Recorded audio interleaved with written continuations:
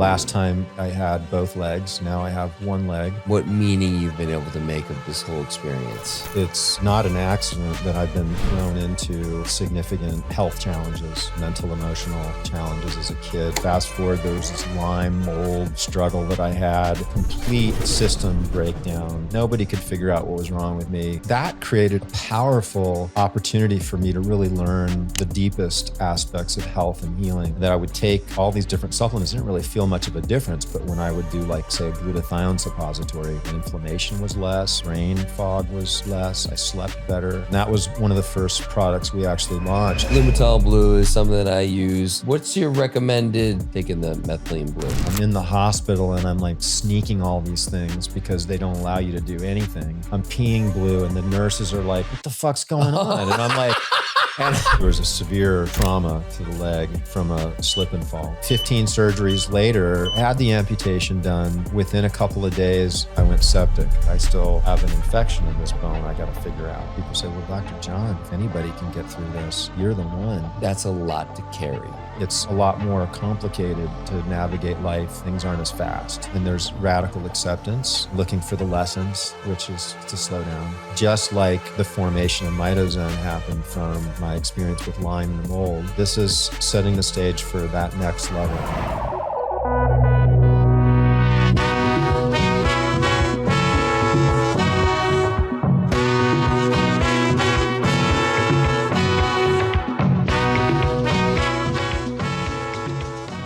Again, I don't know what appearance this is, but this is at least number 4, potentially number 5, coming on here to share your wisdom.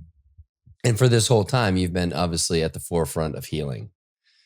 And in the lab, through your own journey, through dealing with Lyme and mold, like you've learned so much through your own practice. And you know what I'm leading. School of life. Yeah. Yeah. Here you are, right? You're in a moment that I don't want to make any projections or whatever, but it's probably on some levels, it's a lot of things, but probably pretty humbling. Like, okay, here, I'm this healer and things are different right now.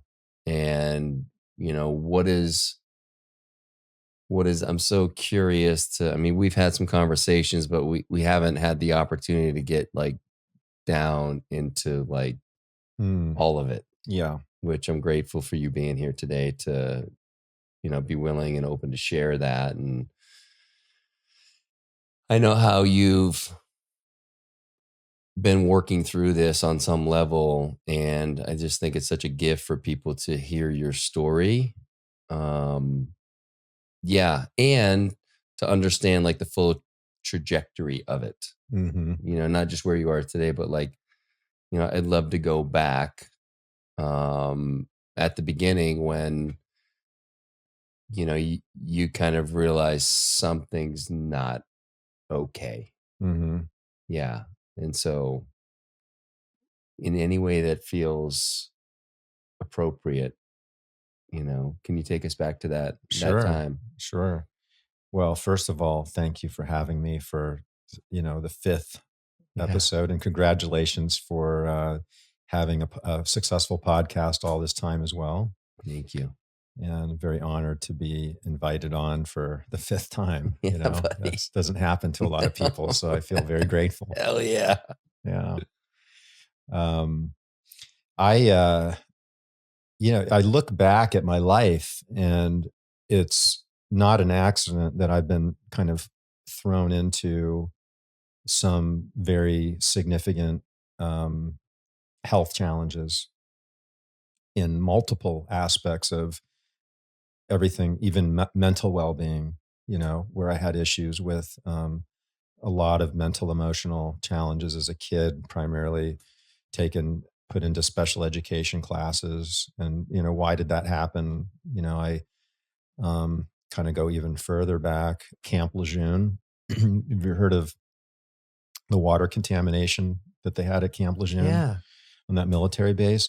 So it's the whole base is built on like a kind of a sandy foundation. And so it's very porous. And so anything that gets into the ground just goes straight down into the water, supply there. And they pull the water out of the wells. And they were using some of the most gnarly chemicals known to man, with, all the military operations that they were doing there. And they had, this is back where they didn't realize how dangerous these chemicals really were.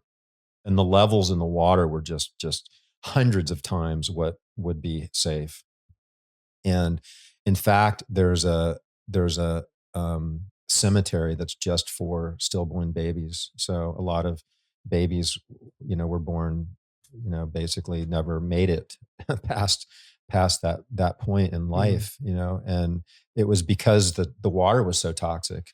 My mother was I was in utero my entire, utero was on that base with my mother drinking that water and bathing in that water. And then my first 2 years of life on that base. And my dad has leukemia. My mom has a crippling arthritis that they still haven't really put an exact, label on. It's not rheumatoid. It's not ankylosing spondylitis. Just some sort of arthropathy that has disfigured her hands. And she's got a lot of, chronic issues from that. And then at some point, I just had a lot of behavioral problems. And granted, my parents stayed together because they thought that would be best for us, Mm-hmm. even though it created a very cold kind of tumultuous. Is that a word? Tumultuous? We're going to go Turmoil. with There's it a lot of today. turmoil. I think you just made one up, but I think tumultuous. Tumultuous. Okay. But there was turmoil. So maybe maybe this is, yeah. Yeah. So my dad had a lot of anger issues. He's a lot of hostility. Wasn't getting the affection from my mother. And my mother was a Mary Kay. She took us to school in the pink Cadillac. Bro, Like, so seriously. legit Mary Kay. And I was just in Dallas. Cadillac. I was just in Dallas and I was driving behind a pink Cadillac. And I'm like, I remember that, buddy. And I got teased at the time. I didn't realize how cool it really was. Oh, to have your mom drop you off in a pink Cadillac, Yeah. And then of course I had to steal the pink Cadillac, late at night. It was that time where you're a teenager before you get your driver's license. And you take the caddy out, cruising through Lani Kai Point. Growing up in Kailua, Hawaii was just in of itself such a gift. But it was earlier, Makapu Elementary, which is on Kaneohe Air Force Base, and it's a school that's on the base. And after a short period of time being at that school, I just completely lost it. And I remember just having major temper tantrums, and they said, no, he has to go to a different school. We can't handle this kid, right? So then they sent me to another school that I got kicked out of. And this is in Hawaii. And they're like, we don't know where to put this kid. Like, he's gotten kicked out of like everything that we really have available. So the last thing that was available was like the full on, like, these kids were like, there was retarded kids basically. So I was taking the short bus to school. Can you remember like what would I'm just so curious, like you're having these temper tantrums, there's things going on, like, and maybe it's not even like remembering that, but like, how have you been able to work out like what was actually going on in your life, like physically or emotionally? Like what was that? Well, I think it was a perfect storm because the toxins that were absorbed into my body and in my brain from Camp Lejeune created a scenario where I had just heightened sensitivities. Mm-hmm. And then, you're talking Captain Crunch cereal for breakfast, your, pizza, just, crap food. And, I'm sure if I were to go back in time and test my inflammation, it was probably off the chart as a child. Yep. So you have, a child in a home where the parents aren't in love, and there's not a family unit, and the core needs that a child or anybody really, to feel loved and to feel like they're worthy, right? That they have some sort of a place in this world and a meaning to their life. I had none of that. And so this creates a lot of hostility because you're trying to get attention and you're trying to, um, I don't even know what I was trying to do, but I would imagine that a lot of it had to do with to getting attention Mm-hmm. in very destructive ways, and then when I didn't get the attention, I would go into rage. And I'm sure there's a lot of people probably listening to this podcast that have been there. Mm-hmm. There's a lot of kids, it's probably, if you look at today's day and age, it's probably worse than it was back when I was growing up, because kids now they're forced to go to these screens and games and social media, and there's not their ability to connect with the other kids Mm-hmm. and even their family, because a lot of you go to restaurants. How often do you go to a restaurant and you look over and there's a whole family that's on their phone, Yeah. right? Yeah. So we've really lost a lot of that family unit. And we were talking about your family earlier, and you're really breaking that mold, which, I think that's fantastic. Doing a great job Thank raising you. your family. Wish that I was I wish I was your son. I'm sure I would have, but at the same time, Sometimes he wishes he wasn't. Maybe be careful what you wish for, right? Yeah.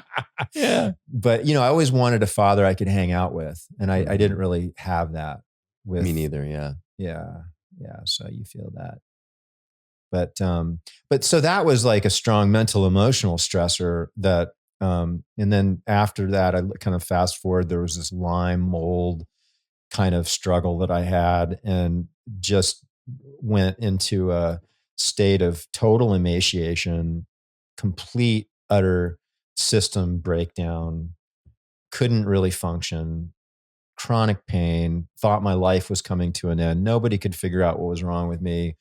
Tested myself for Lyme disease, tested myself for Epstein-Barr, found out I had like all these infections. And that created a powerful opportunity for me to really learn the deepest aspects of health and healing, realizing that the healer is not, I was, I would call myself a healer. And then I learned that the healer's within, Mm-hmm. and that it was really about allowing that expression of that healer to express itself with the energy necessary in order to do so, and that we run low in energy because of inflammation. So I started to put these concepts together, and I also started to tool around with different supplements and different delivery. And I was able to discover that this, suppository and this rectal route really moved the needle on me, and that I would take all these different supplements. I didn't really feel much of a difference, but when I would do, like, say, a glutathione suppository, um, these, all of a sudden, I wake up the next morning, I was like, wow, I feel like that really made a difference. My inflammation was less, my brain fog was less, I slept better, my joints felt more comfortable. Mm. And that was one of the first products we actually launched, was the Glutamax 600, which is a 600 milligram glutathione suppository. But yeah, if it wasn't for, so it's like, don't judge life, right? So like, if I were to say like, what's the takeaway, and then of course we're going to get into me losing my leg and Mm-hmm. the latest healing health journey. But the takeaway would be, or one takeaway would be, don't judge things in the middle of it so much, because you don't know what it's going to turn into. Like, here I am sitting in front of you. Last time we sat together, I had both legs. Now I have one leg, right? Mm-hmm. And I had a below the knee amputation um, about six to 8 weeks ago. So it's like the day after my birthday. So it was February 26th, however long that was. And yeah, I remember that morning, so I had my birthday. In fact, we recorded for Maha. So we had the whole Maha crew come in, and they followed us around and recorded, different procedures we were doing in the clinic. Oh, nice. And then we did interviews, talking about, health and wellness and how it could be improved. And So I know you had mentioned that you had something related to Maha you were doing later today. Yeah, tonight we have this event. Coincidentally. Yeah. How about that? And you got the Maha And I shirt got the on. Maha shirt on. Yeah. So we recorded Maha, and then I knew the next day, I was gonna head to the hospital and have this surgical procedure. That was a heavy, heavy morning. And and it's still there, like that feeling, that loss. There's an aspect of sadness. There's an aspect of a loss there, and then a shift in the way life is, because it's a lot more complicated to navigate life with a prosthetic leg. Things aren't as fast. You can't just get up and move around like you could. And at night in the evenings when you're at home, when you take it off, it's not like you can just spring up and go grab something out of the refrigerator or run to the bathroom. So there's a lot of changes that and there's radical acceptance. There's stepping back and looking for the lessons, which is to slow down. It's the biggest one. Yeah. Slow the fuck down. And it's been pretty helpful, to be honest with you, because there's an aspect of patience with myself that I've been enjoying, and just like, hey, I don't really need to rush here, and I've got a good excuse to take my time Yeah. and ask people to be a little patient around me as well. Yeah. And that part feels good. Like, I tell people there's benefits. Like, I can park in front everywhere, except in Sarasota, because there's a lot of handicapped people, right? It's like an older population. Yeah. So it's not like a given that you're going to have a spot out front anywhere you go. Yeah. I'd love to go back a little bit earlier when the prospect first came into your awareness that, like, not only are things not okay, but that you could be going down the path that you eventually went down. And like, just sitting in the ceremony of that Mm-hmm. is so hard for any of us who haven't experienced something like that to understand. And I wonder if you can just paint a picture of, like, get us in your seat of like what it was like to hold all of that. Well, the injury happened during the hurricanes. Mm-hmm. And so there was a severe um, trauma to the hip and to the leg from a slip and fall. And I found myself in the emergency room, and they said, we're going to have to do a fasciotomy to save your leg. And What's that? it's where they open up your leg, basically. It's usually in the front, right? So they make two incisions, and it allows for the space in your leg so that it doesn't compress the nerves, hoping to save, the leg. So I agreed to that. And then they basically put me in the ICU, and um, we we asked for hyperbaric. In fact, I had some of the top experts in the world even calling the hospital, begging them, telling them, this is a clear indication. This man needs to get hyperbaric. And they, for whatever reason, the surgeon wasn't familiar with hyperbaric, and he made some notes in his records that made all the other doctors afraid to do hyperbaric on me, which was crazy because it should have never been that way. So I don't know if that set the stage for me to lose so a lot of the muscles became necrotic. And so I'm like, I got to get out of this hospital. So I changed hospitals, and After how many days was this? after a couple of months. So you've been there that long without hyperbaric. Right. So I changed hospitals to a hospital that would do the hyperbaric. Yeah. And it was also a surgeon that had a lot of experience with cases like this. In fact, a lot of people would fly in just for him. And it wasn't very far. It was like about the same distance. It was about an hour away. And so 15 surgeries later, I'm sitting there. I've got chronic pain in my foot. I can't feel it. I can't move it. It's been 7 months. You know, if I wait longer, will some aspects of it come back? We don't know. But the reality was for sure that it would not be a real stable ankle or foot, leg to navigate life on. And the possibility of going ahead and doing the amputation. And one of the aspects of the decision making was the chronic pain, because, I expected that I would not have a lot of that chronic pain after having the leg removed.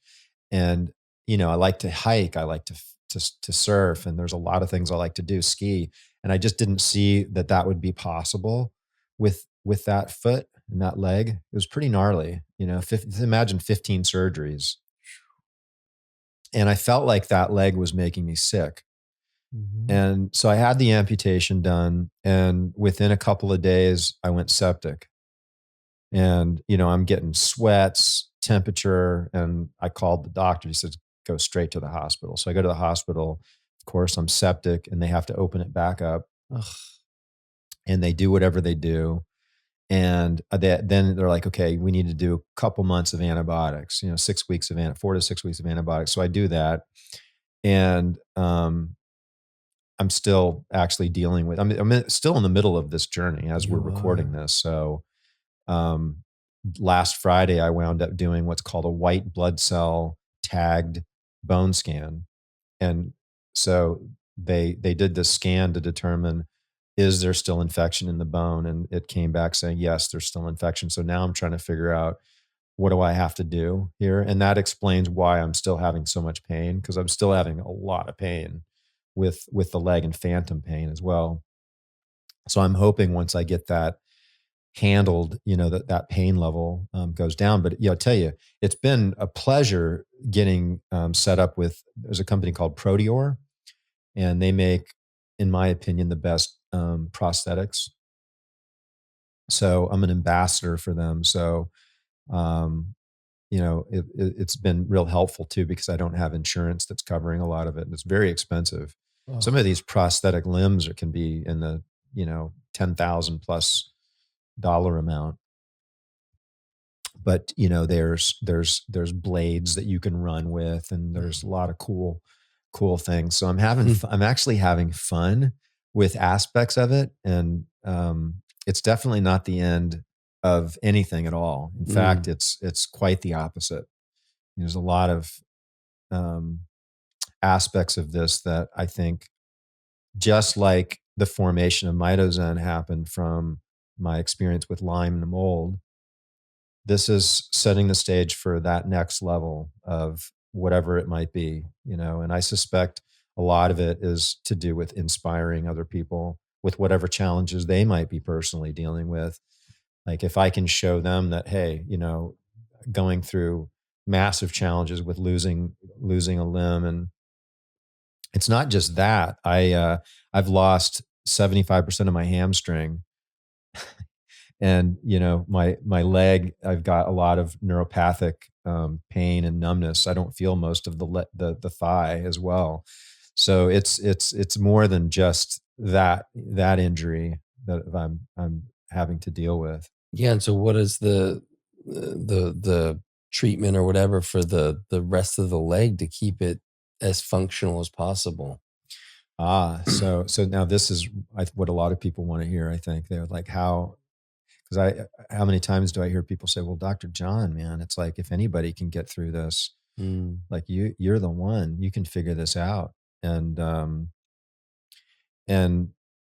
I have partly, I mean, it was a very severe injury. There was aspects of it I would have liked to save the leg, and I just think that it was just, if I would have gotten the hyperbaric earlier, I don't know.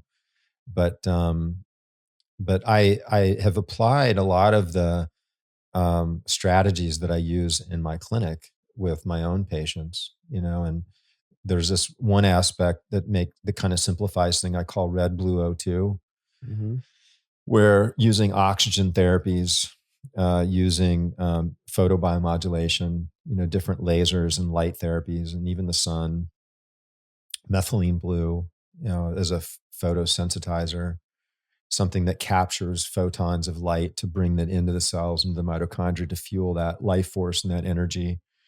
I've used peptides, a lot of peptides, Mm-hmm. some of your kind of traditional peptides, BPC, 157, thymosin, beta, some of the growth hormone releasing peptides have been really helpful. Um, I've utilized stem cells. Oh my gosh, man. So I had kidney failure, and so when I got to the hospital, there was so much damage to the muscles. What happens is when muscles get damaged, they break down and they release all the proteins, and when that protein content gets really high, it overwhelms your kidneys, and so you can go into kidney failure. And so they were telling me that I would probably need to be on dialysis for the rest of my life, potentially, Jesus.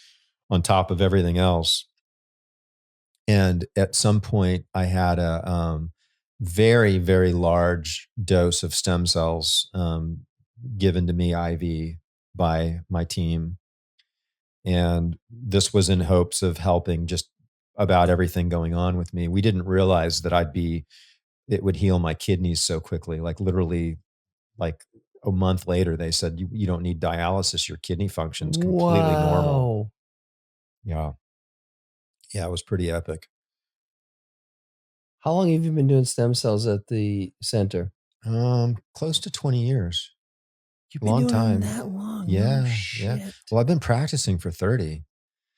It Yeah. just seems like it's been a newer thing. Obviously in the public eye, it's a much newer thing. Yeah. Or it's become a lot more popular. But what and a lot of people want to ask, like, what type of stem cells are they? Yeah. Well, so early on, when we first got introduced to regenerative medicine, we used a procedure called prolotherapy, where we were using dextrose and even sodium moruate, which is an extract of cod liver oil.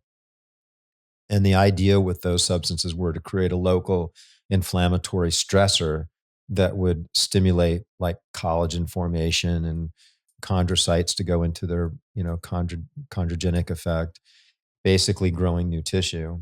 And then after that, platelet rich plasma was kind of the first really big regenerative treatment that came on board, where we would take blood and centrifuge it. And we were probably one of the first clinics to do that. And that's probably like 16, 17 years ago, maybe. Hmm. And we got big into that. And then we started using ultrasound guidance, which was the next big leap forward, where we were using PRP. We had these ultrasound machines because they became so sensitive that the clarity was such that we could see things very clearly. We could diagnose all the little ligaments and the tendons and the tears in the cartilage and the rotator cuff and blah, blah, blah. And that was a huge leap forward. And then after that, the next big thing was using bone marrow and adipose tissue. And at first, we were doing these liposuctions where we would take and dissolve the fat and centrifuge it, where we could just isolate the stem cell population within the fat, which they call the stromal vascular fraction, or SVF. And we were using that as an IV. We would inject that into joints. And I mean, the results were just incredible. And then the FDA came along and said, we don't think that falls within the guidelines because it's what they call more than minimally manipulating the tissues. Mm.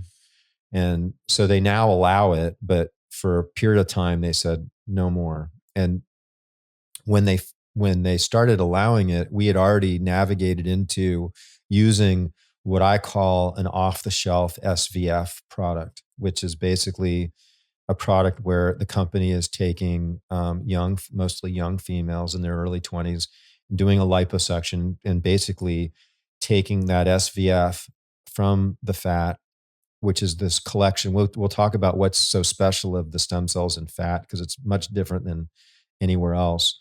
And so we can literally pull that dose right out of the freezer and have it thawed out, and we don't need to do a liposuction and do the whole process.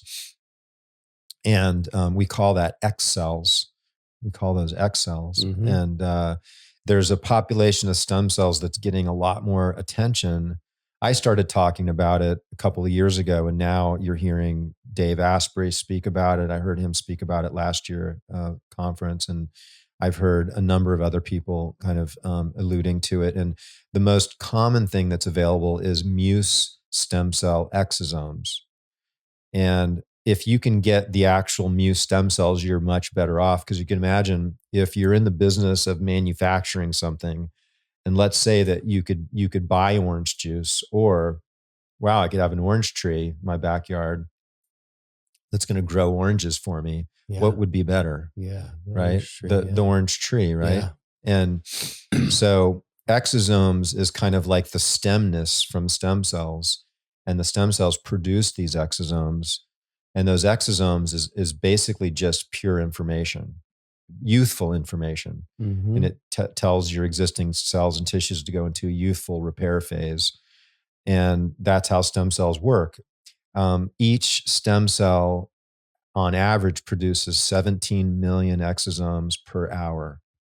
So if you have a stem cell that's living for 2 months, which Muse stem cells, and most of the stem cells within adipose tissue, they're considered endurance stem cells. And that's what Muse stands for, is multi-generational differentiating endurance stem cells. Okay. And this Japanese lady, stop me or slow me down, because we're going pretty fast here. So whoever's listening to this, you might want to listen to this twice. Yeah. This Japanese lady was studying stem cells, and she left a petri dish out, and it didn't have nutrients for those stem cells. So she would expect that all the stem cells would be dead. Mm-hmm. And she looked, and she's like, holy shit, there's a population of these stem cells that's still alive. And so she goes in and she starts to research these stem cells, and that's when she first discovered these Muse stem cells. And what they've found is that they're superior for regeneration of the brain, and they support myelin regeneration very powerfully. And because they live so long, they have a way of regenerating the body that you just can't get from placental derived stem cells. Okay. You're not going to get, so I kind of go back to the early days where we were doing mini liposuctions, and we would inject this into people's knees. And I mean, I've treated NFL players, I've treated all kinds of people, like a lot of older generation, because we're in Sarasota. Yeah. And, some of these older people that are still playing tennis, we'd get them back playing tennis. We go back and do an MRI, and we would see a thick layer of cartilage form after doing it. Shit. And then, of course, we had to jump on the bandwagon with all these, placental Wharton's jelly, blah, blah, blah. Yeah. So, but it never really did what the other. So we were like, when the really tough cases came along, we would still go and say, hey, we're going to take your bone marrow. We got to, because the two holy grails of healing in your body is your bone marrow and your fat. 1 out of every 100 cells in your fat is a stem cell. It's the most densely populated, especially around your abdomen, anywhere. Very, very rich. And there's about 120 different types of stem cells, and they all collectively work synergistically in the same way that cannabinoids work with cannabis. Wow. Right? So when you wrap your head around the idea that taking an isolate, like a CBD isolate, versus taking a full spectrum, right? Which basically means that the cannabis plant has a bunch of stuff in it that is better than if you take that plant into a lab, break it down, and then isolate one single component of that plant, and then think that that's actually going to work better. In some cases, there's application to that, and these alkaloid extracts can be powerful, blah, blah, blah. But the studies even go into like vitamin C. In England, about 10 years ago, they did a study looking to see the absorption of vitamin C, where they took a isolated vitamin C supplement versus a grapefruit. And they found that there's all these nutrients that are synergistic, like the pulp around an orange or a grapefruit has a high concentration of bioflavonoids. And bioflavonoids cut the half-life of vitamin C. So it allows you to utilize vitamin C better. So you should eat the peel. Like just take if you can just take even like with a lime, you can take like one of those Like peelers. just that outer skin. Just the outer skin, right? Dude, my mom eats whole orange peels. Well, it's so high in bioflavonoids. Yeah. And bioflavonoids are really good for inflammation and allergies. Like one of the best remedies for chronic allergies that I've ever found is you find a good bioflavonoid supplement, or you can take and eat a lot of orange peels and it'll really drop histamine down. Okay. All right, I want to shift gears back for a second because something you said I'm super curious about. I could almost sense I could sense something. You shared that so many people look at you and say, if anybody can do it, you can do this. Right. And that's amazing, right? I think we all want to be able to be regarded that way. And I think in the same way, that's a lot to carry. Mm-hmm. Because I think inherent in that can be an expectation that, well, fuck, I'm just supposed to be positive about this and see all the benefits and I want to be the inspiration and sure. Mm-hmm. But what about the other side that's still in grief and still wants to say this fucking sucks and I didn't want this to happen and I don't like this. And, have you been able to allow space for those other parts that aren't as sexy, that aren't as inspiring in the traditional sense, right? Because I think the people that really know think that all of it's inspiring, the full range of the expression of that, that is what's true. Yes. The reason as I'm saying that, I'm this feels so true for me to even say those words. Yeah. And so I love just your reflection on what it's like to carry that and what comes up for you when I ask the question. Yeah, well, there's a lot's coming up for me. One would be, with regards to if anybody can do it, you could do it, right? And this aspect of putting that burden on me to fix it all when I'm in the middle of going through the most stressful, painful, lot of unknowns. I've never even treated anybody that had any, I didn't even know a lot of this stuff existed after practicing as long as I have. I didn't really fully appreciate massive rhabdomyolysis and how devastating that can be and painful. But in the middle of it, it was really, really difficult to have that burden put on me because I didn't feel like I was qualified to take care of myself. And I would I would ask for certain things, but I didn't have even just the mental endurance to remind people or to stay on top of things or to remember different things. And, I'm in the hospital and I'm sneaking all these things because they don't allow you to do anything. And, I had my little peptide stash and I'd pull it out and I'd do my little injections while nobody was watching, and I'm taking my Sandman and my high dose melatonin and I'm peeing blue. And the nurses are like, what the fuck's going on? And I'm like, and I'm like, no, I'm eating beets. I got the beet juice. And they're like, but it's blue. I'm like, hey, it's just the way my body metabolizes beets. I don't know. Well done. Yeah. So yeah, it was, it's same thing happened when I got COVID really bad. I got COVID so bad and I just went home and I stayed home and I really needed my nurse to just say, Dr. John, I'm coming over. I don't care what you have to say. I'm going to hook a IV up to you. I'm going to take care of you. Where I was like, no, I just need to rest. I'm good. Or I wouldn't answer my text messages. Honestly, I almost died staying at home with COVID. I had it that bad. Whoa. Early on. Like it was the first wave of COVID that was just really gnarly. And I have a buddy that caught it at the same time. He was in town, Emery Smith. A lot of people might have heard his name. He's the host of Cosmic Disclosure on Gaia. Mm-hmm. And Emery was in town because because he's really into regenerative medicine. And so we had this VIP that flew in and we were doing something for like their knee or something. I know exactly who it was too. This person came in and then the next day, Emery and I are like, man, I'm not feeling good. It's like, God, I hope we don't get COVID.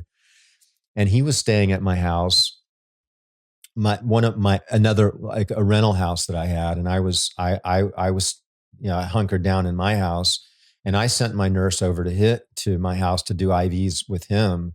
And then he got so bad that he went to Sarasota Memorial Hospital. Whoa.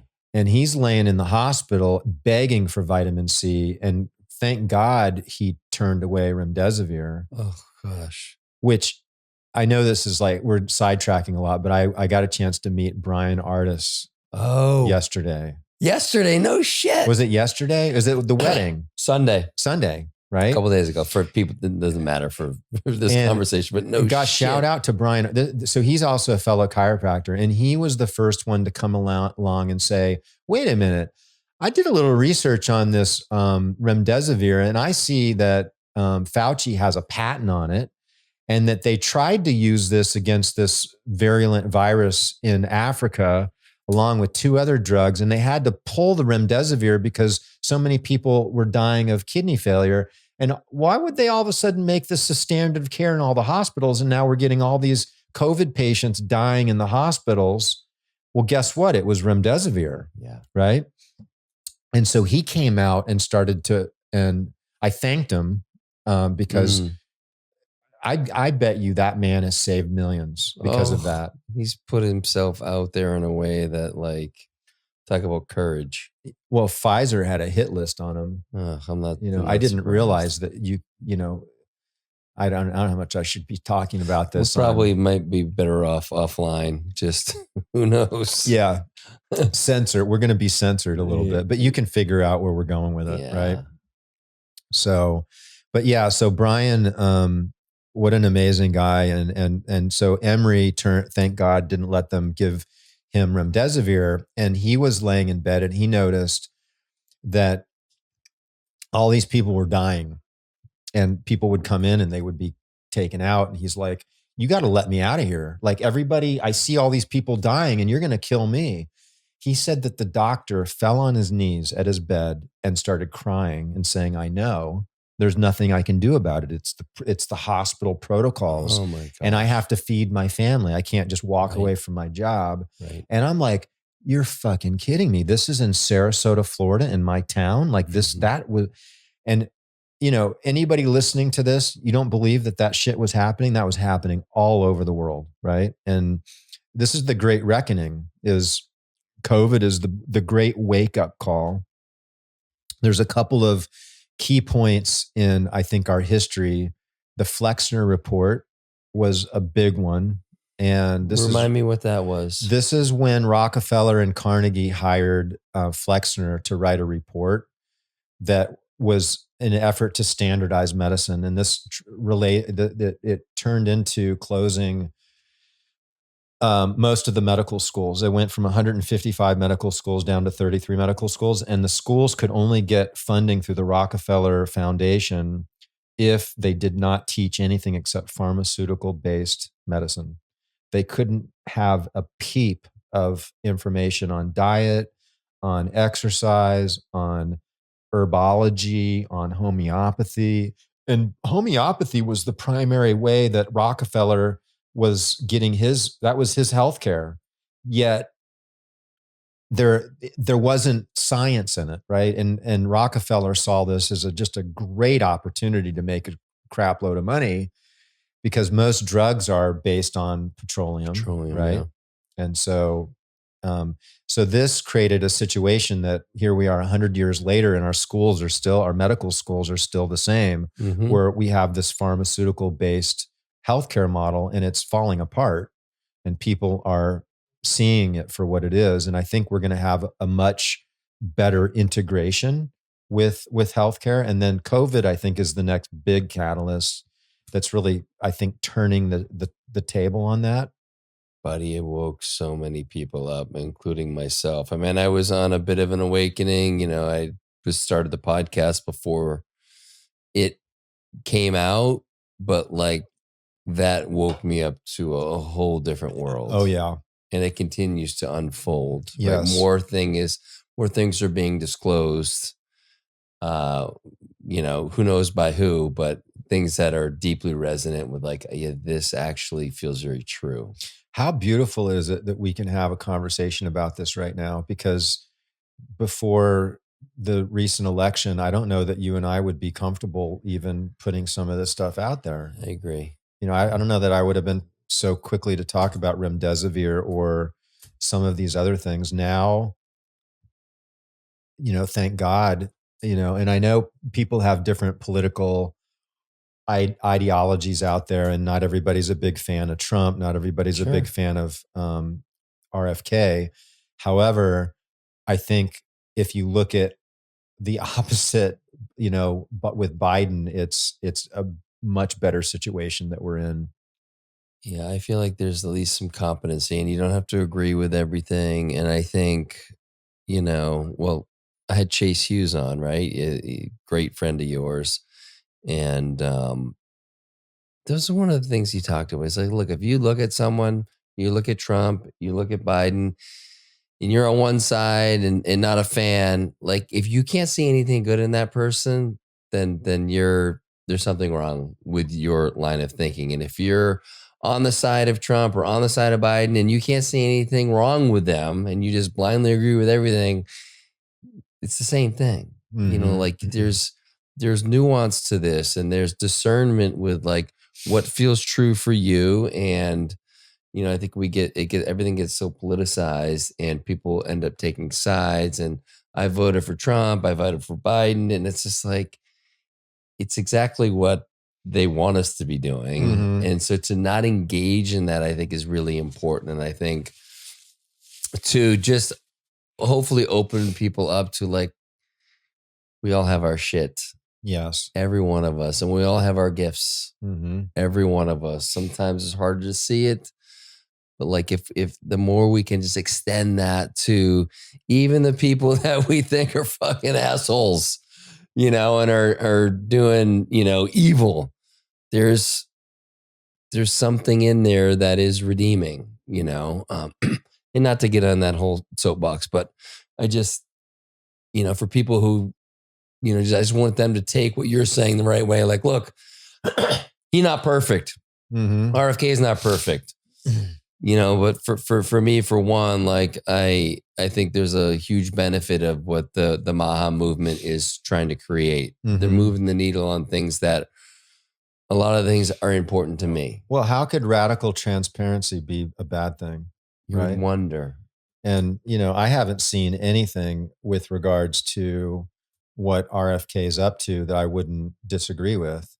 And when you watch some of the hearings, you'll hear people bring up things about like, oh, well, this funding was like, taken away, and then this research was so important, and these people, blah, blah, blah. But then RFK would ask that politician, well, what's that person's name? Let me help.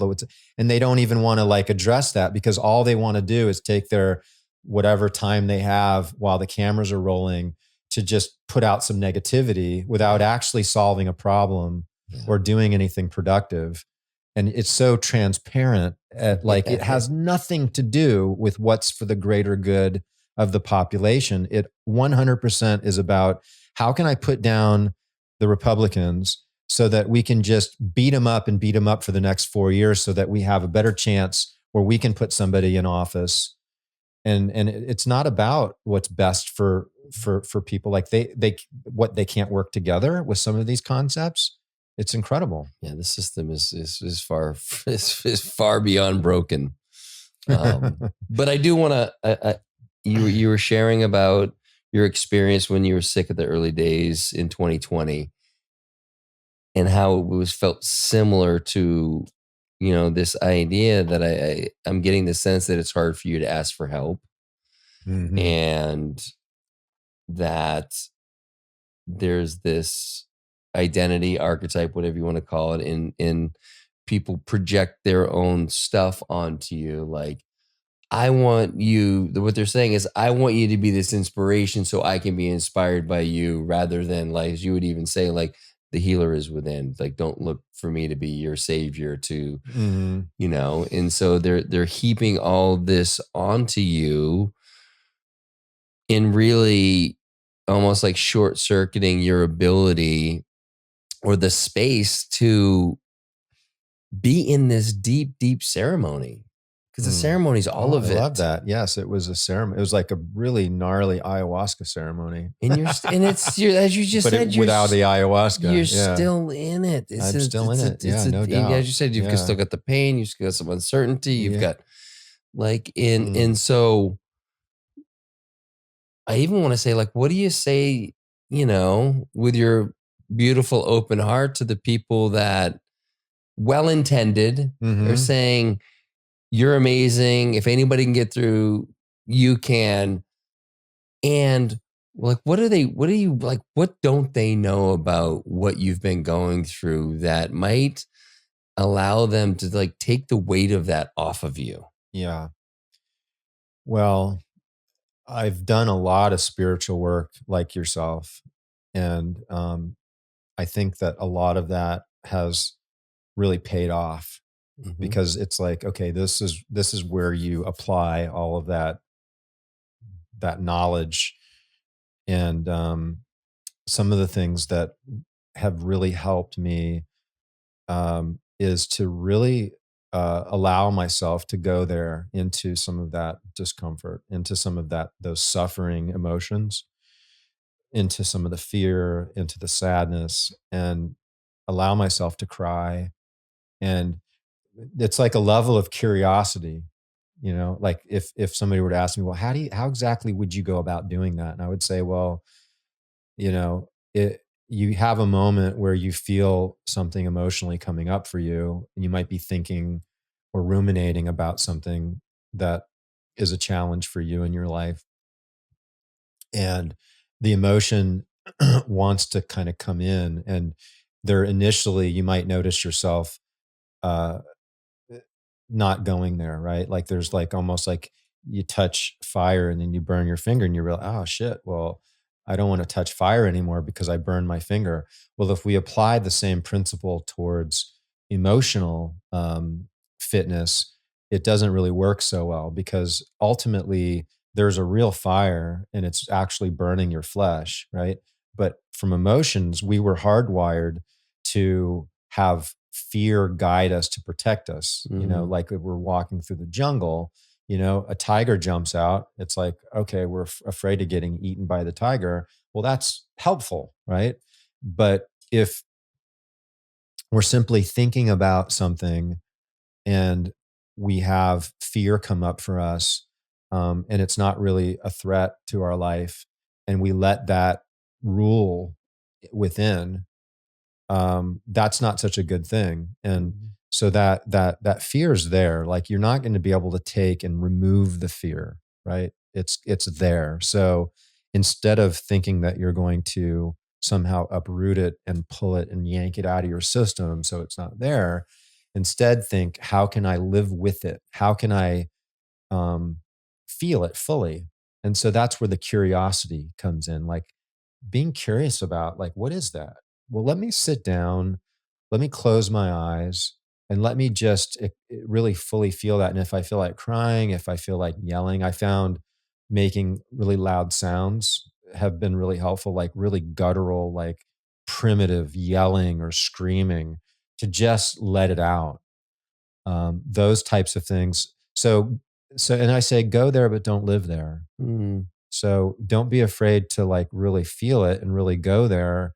And then what you'll find is that, so like, be a better sufferer, I would say, like get better at suffering, Hmm. but don't let suffering rule your life, allow that feeling. And then what you'll find is on the other side of it is usually a bit of bliss. There's a relief, there's a release, and and then you're dancing with that, right? And you're allowed to use that as a gift because it's part of you, right? There's another word for this type of work. They call it shadow work, Mm-hmm. right? So there's the shadow aspect of you. There's parts of each of us that are kind of gnarly, right? Mm-hmm. And this is another aspect of self talk that I've learned that's really helped me, is instead of saying I'm a loser, or I'll never do this, or what, it's instead, hey, part of me is a loser. Part of me doesn't feel like I can conquer the world, and that's okay.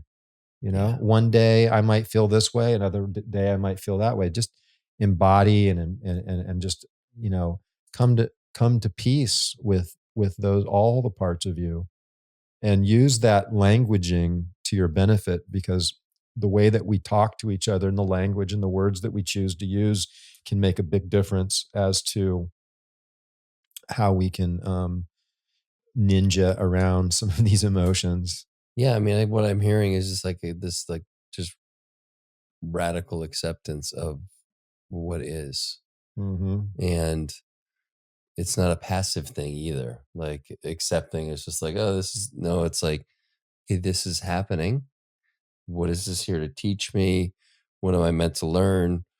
What am I meant to hold on to? Okay. And it's all these ways to learn about ourselves. And some of them are super challenging. And the more curious we get, we don't always find answers. And that's the thing. It's like, it's just like opening the space to like, I don't fucking know, Mm-hmm.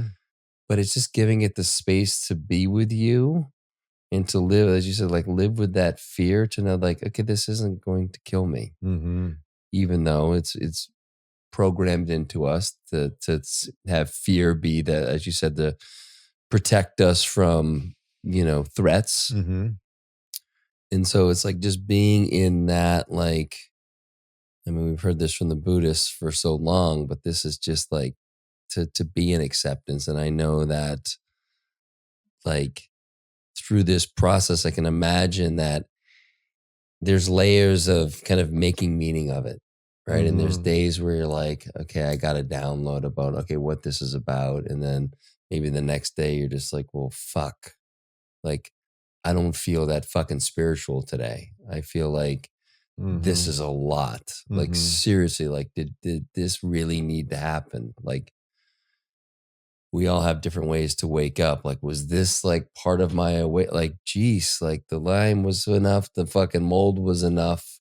Mm-hmm. You know, what has that journey been? Has it become a smoother road, or has it become even more kind of volatile as like you've been moving through this? Mm-hmm.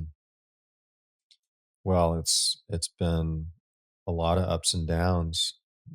Thank God. Mm, um, Gives you a chance to assimilate and integrate all these different life experiences.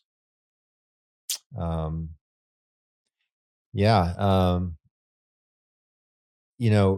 One of you early, you had asked me um, the heaviness of if anybody can fix it, Dr. John can fix it, and like some of mm, the lessons, and um, we want to like have something available to us, like, okay, yes, that happened and that means XYZ. And mm, okay, I lost my leg, it means that I'm going to have a life like this. And at the end of the day, you don't really know. You mm, don't know what, I didn't know in the middle of Lyme and mold what that was going to translate to mean.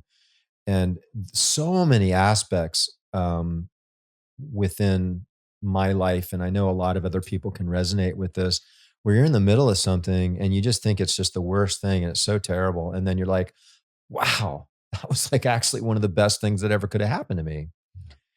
And you can apply this to so many aspects, where if you somebody pulls off in front of you.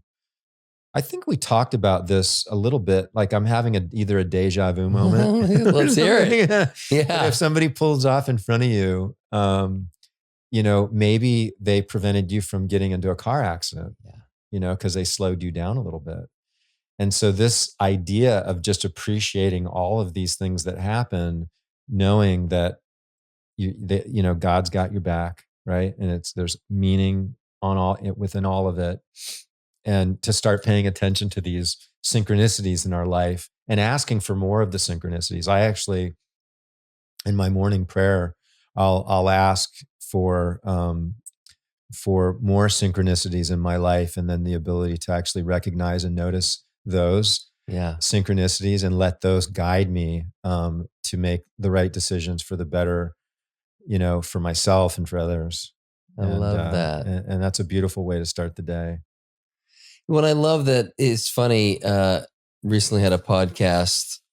We recorded it yesterday, but do you know who Mark Gober is? No. He's wrote an incredible series of books called The End to Upside Down Thinking, Upside Down Medicine. Right. Upside down I know. Letters on your shirt. No, not the end of that. I had to. Okay. Not the end to Upside Down podcast titles. But he touched on exactly what you're talking about right now. And it's part of my prayer every day is the Ho'oponopono prayer, and the version of it that within it says, I'm sorry I have not recognized your love and your divine orchestration in every moment of my life. When I can feel that is true for me, that everything has been divinely orchestrated, like I'm just in a better place. And it's a reminder that we didn't know when we met at Alive and Well 4 years ago what that meant. Mm-hmm. And our lives have crossed so many times since then, and we've brought other people into the circles, and it's been this incredible thing. We don't know why we're here today. We don't know what's here for us, really. Mm-hmm. We don't know what's going to happen when this podcast is over and we go our separate way. Like, we think we have a plan. Sure, I have this Maha event I got to go. I'm going to later today. I'm going to see some friends there. Sure. But that's like nothing about what's actually going to happen. Mm-hmm. And as you said, the synchronicities that are going to happen, and the plan I have over the next couple of months, or where I think my life is going to go, and the work I'm meant to do, and the people I'm meant to see, like, I'm going to look back in 2 months and be like, it was nothing like I planned. Mm-hmm. Like, maybe the location will be what I planned because I'm booking a flight somewhere. But beyond that, there's so much mystery. And that's just like one layer of it. We have no idea how something that we do in a month from now is going to impact something 5 years down the road. But it's all, in my experience, is all divinely orchestrated. And so to be in, this deep ceremony that you're in, it's like, does the ceremony ever, and does any ceremony really ever end? I mean, sure, like when you're at a plant ceremony, yes, like there is an ending, you leave, but like the integration of that ceremony, like I had an ayahuasca ceremony over a year ago, and I'm still integrating that stuff. That ceremony is still with me. Now, not all ceremonies are like that. And so I'm just curious, like, what's it like to like hold that this isn't like I know like the masculine mind and maybe the feminine mind too, but likes to be like, okay, here's the thing in front of me. Let me go get it done. Let me cross the finish line with this thing, and then we'll move on to the next thing. What's the next goal? Yeah. In this one, what you're experiencing right now is a bit different. Doesn't have that same architecture. It's like this like radical flexibility, mental flexibility with life as life's unfolding, and this idea that we get so rigid and like, okay, I'm going to plan something, and then it's like, wow, this isn't happening according to my plan, and maybe that's okay. Maybe that's a good thing. Who am I to judge? And if we can be more flexible and allow things to unfold the way that they're obvious.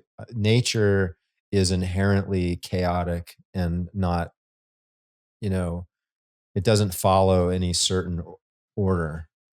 Yeah. And maybe we would like What it to be that what way. order that at least that The we feminine understand. anyway, right? The Yeah. feminine aspect of nature Hmm. versus the masculine, right? And that this more mathematical, you know, rhythmic, very, you know, predictive would be more masculine, where feminine is like a, you know, it's like a storm, it's like a thunderstorm, you know, it's like it's rageful and it's calm and then it's like blowing like last night, right? It was Incredible. crazy. That was one of the The wildest hail. ones we've ever had. I didn't have any hail. I didn't see any hail, but you had I hail? heard I heard some stuff on Yeah. my hotel window that was Yeah. Yeah. pretty strong. Yeah. Yeah. But yeah. Thank God we didn't have like any tornadoes right around. But yeah, We're it was like in a pretty nice crazy. zone, evidently. Someone was explaining this to me. Like, we're right in this corridor here in Austin where we don't get the tornadoes, or like whatever the systems are that are pretty close to us, they die out by the time they get here. Hmm. So there's that. Yeah. Well, I had a friend thank who God. was I telling you I had a friend who was flying in that yeah, he was flying into Austin last night. He got diverted to Houston, and then he got diverted. Then they flew from Houston to Dallas. They landed at 4 a.m. He just fucking drove here. Oh gosh. He's like, "What are we doing?" Yeah. It's weird. Like I mean, this is not typical weather that you guys get, is it? No, I mean, it is that time of year where we will start to get some rain right now. It seems to be around Memorial Day. We'll get some rain, but I mean, I watch every time I turn the news on, I'm hearing about all these tornadoes tearing up, you know, all over you know, from here all the way through eastward. yeah, we don't see any of that here, fortunately. Yeah. We're out of that zone. Yeah, it's crazy. But anyway, what's when it I'm curious about this. When the possibility that you might lose your leg first came to you, what was your greatest fear? Well, a lot of it has to do with being able to take care of myself. You know, if I'm going to be able to, you know, take care of myself in the sense of being making food and laundry, and you know, I have had through this process, I had a personal assistant that I hired for a period of time. Actually, we had to let her go recently because it wasn't working out, but luckily I've gotten to the point where I'm able to do a lot of things on my own. But I definitely had some um, experiences through this process where I just couldn't do anything for myself and totally had to rely on someone to just do everything for me. And I just was in a bed in a tremendous amount of pain, not able to move a lot. And that was a huge learning opportunity for me to allow other people to take care of me, and very powerful learning process because that was something that I wasn't very good at. Mm-hmm. Still got some work to do on that. But there, you know, it's a scary idea of getting older. You know, I think a lot of times I think about like uh, being old and being in a situation where maybe you didn't have the resources that you would want to take care of yourself the way that you'd want to be taken care of. Um, Everything with the type of food that you're eating and you know the type of care that you're receiving. And I guess you could say I'm fairly picky because you know my life experience is up Yeah. until now. I've learned about what works for me and what's good for the body and what's healthy and what's not healthy. And you know, you look at a lot of these like retirement homes, and you know the diet that these people are getting, and the you know the level of care wouldn't be something that I would be really happy with. Mm-hmm. And that's a little bit scary to me to think about that. Mm-hmm. you know? Scarier now because of what's gone on with the leg, or was it scary before? Both. It's something I had contemplated before. See, So much so that I was even thinking about going into the business of creating assisted living facilities that had hyperbaric and had all these healthy aspects so that when I got old, I'd have a place to go to. That's how much I was thinking about this. that's so interesting because you're doing all the things. You've been doing all the things. You've been deep in the study of the human body and using all these different molecules that have been around for a while, but people haven't understood. Yes, Right. And so I'm just like trying to work that out as because we all have a different orientation to it. Right. sure. I think you and I have a very similar idea of what health means. And we take care of ourselves in a very similar fashion. The foods we eat, the things we put in our body, Hmm. so on and so forth. And like, just for me, that just has never really, I've never really thought of that. Well, go and spend a little time at the hospital, And I and guess you'll that's maybe see. it. I'm You'll just see. not So around it. so I got a master class in this whole process through my process of being in the hospital because I mean, the first meal I got in the hospital was like this highly refined cereal and milk, and I was going to do dairy, but then there was like this ultra processed fruit, canned Oh, fruit, yeah. and I mean just crap. I wouldn't feed my dog, right? Yeah. It just and I told the nurse, I looked at the nurse, I said, "Are you kidding me?" Like this, and she kind of it was one of the rarer nurses where she had an idea about diet because most Okay. of them would look at it and say, "Oh no, that looks great It's to just me.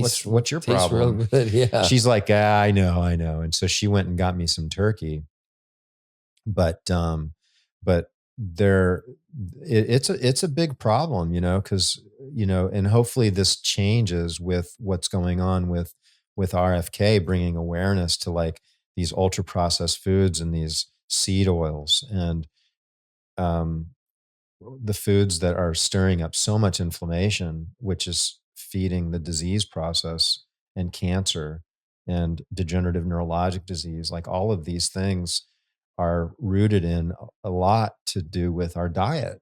Hmm.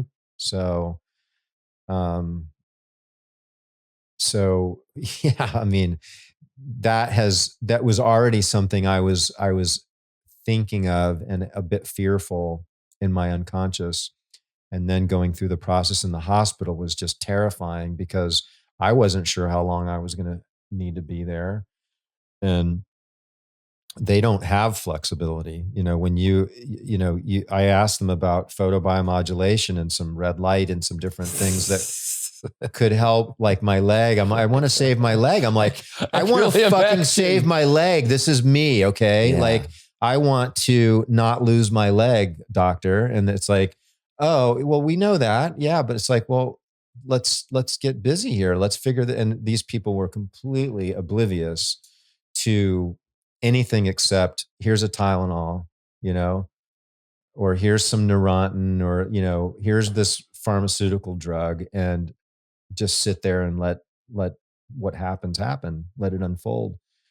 So unfortunately, that's the hospital paradigm that we live in, and it's the Yeah. last place that you want to find yourself. You want to go to the hospitals when you need to. I mean, obviously, that you know, for the most part, they probably saved my life. I say probably because there's a part of me that wonders if I would have been able to save my leg. But with the rhabdomyolysis and the kidney failure, it would have been pretty dicey for me to have made it without the hospital intervention. Hmm. But it could be so much better, Yeah. so much better. But the reason it's not, it kind of goes back to that whole Flexner report thing. It's because the pharmaceutical company has just indoctrinated the hospitals into their protocols, Yeah. and those protocols feed the sales of the pharmaceutical, and they're not going to be profiting as much off things that don't have patents that they can't profit off of. Things like light therapy and photobiomodulation is hugely beneficial. And there's vast bodies of research and science proving that it works. And it's even the chemistry within the mitochondria and the cytochrome C, cyto meaning cell and chrome, like that's how we were built. It's not some sort of a secret like fringe thing. Yeah, yeah. You know, certain healthy foods, right? And vegetables. Uh, and you know, those aren't really available. Like it's like it's crazy to me. Like Right. To us, it's like, it's wait, insane. right. And you've obviously, as you've articulated, you fully understand why. And it's fucking crazy because with all the technologies we have at our disposal, whether it is just good, clean, organic food, right? You're spending so much money in the hospital anyway, like that can't be a very big expense. And then if you had red light therapy, if you had PEMF stuff, if you had, you know, methylene blue and, you know, just countless things that would just move the needle. Let me share with you what it was like to be in the hospital. Okay. I'm laying there in the bed and I've got a blood pressure cuff around my arm. And I've got this machine, which has a really bright blue screen all night, all day.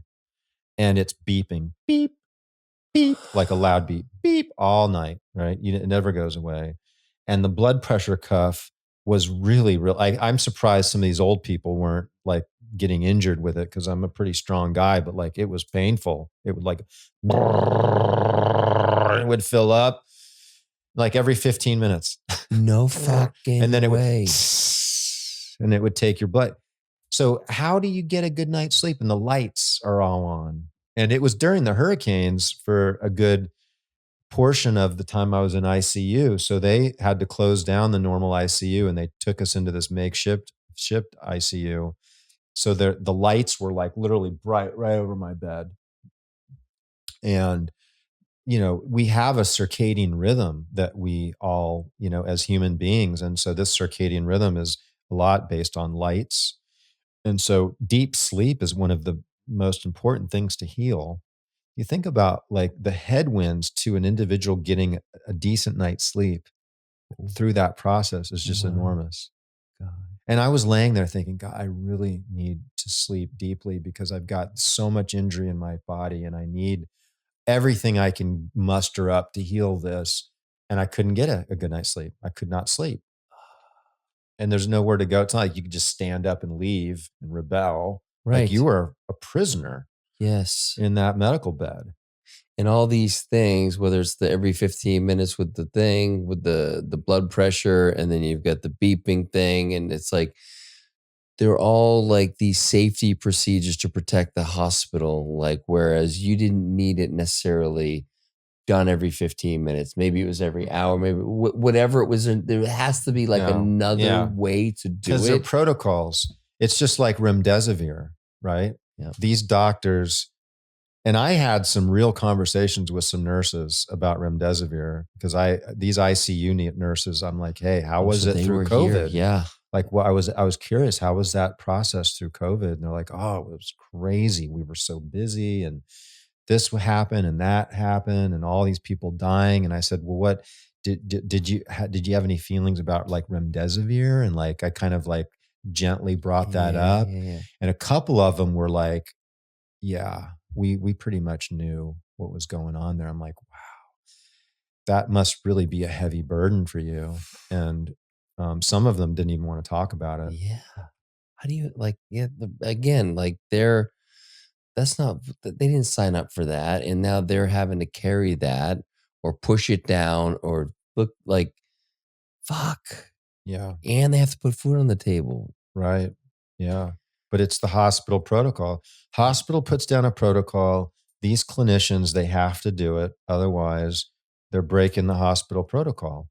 And so you're going to lose your job or, you know, whatever. And the hospital protocols are created based on things other than what's best for the patient. Unfortunately, this is an absolute truth. And I learned this, boy, did I learn this through my experience. And it's a blessing to have, because when to really learn something, to go and experience it. You can learn things, but when you really experience it at a level where you see it, like with COVID, we all really experienced the masks, the COVID jab, and then seeing like the real science coming in, and then finding out that it was all suppressed. And we should have known about the cardiac risks of that COVID vaccine, and they knew about it. Biden knew about it. The whole administration, they've got the emails now. It's hard to say if people are going to be held accountable for it or not. I hope so. They won't. Yeah, I don't think it. They won't. Unfortunately, not to our satisfaction, anyway. No. Yeah. No. If it was up to me, they'd be like, it would be like the Old West. We'd hang them. Well, I'll say this again, like, to look for the silver lining in all of it, and we talked about it earlier, like, it woke up a bunch of fucking people. And when you wake up, it's really they kick the beehive. Really hard to go back to sleep once you see what you've seen. And then you start to get curious about a lot of other things. If that's your nature. But I would encourage everyone to start getting curious about stuff. What they say the next wave is, and it has to do with extraterrestrials. It's this idea that the deep state, or like the people that are behind the curtain or whatever, they want world dominance, right? And so the way to get world dominance is to have some sort of a foreign, invader, right? That we all need to unite against this alien invasion. And we have absolutely figured out how to reverse engineer these crafts, right? I mean, if anybody has been like half alive in the last year or two, seeing all the stuff coming out, some of the video footage from some of these fighter pilots. I mean, there's some technology, and we have that technology. And then all those drones and all that stuff that was happening in New Jersey recently, right? And then all of a sudden that's kind of quieted down. But then there was some pretty crazy shit happening right around then. And then right around the end of the year, beginning of the new year, there was like going to be this huge disclosure about these black ops sites, and that never happened. So it's just, and there's a few like podcasters that blew up that it was very interesting. They like kind of came like, these things are just like, how much of them are plants, either knowingly or unknowingly? And I mean, look, not to go down a bunch of rabbit holes here, but I am a firm believer that the extraterrestrial, whatever they were calling it now, that threat, quote unquote threat, is largely, and I think they call it Operation Bluebeam.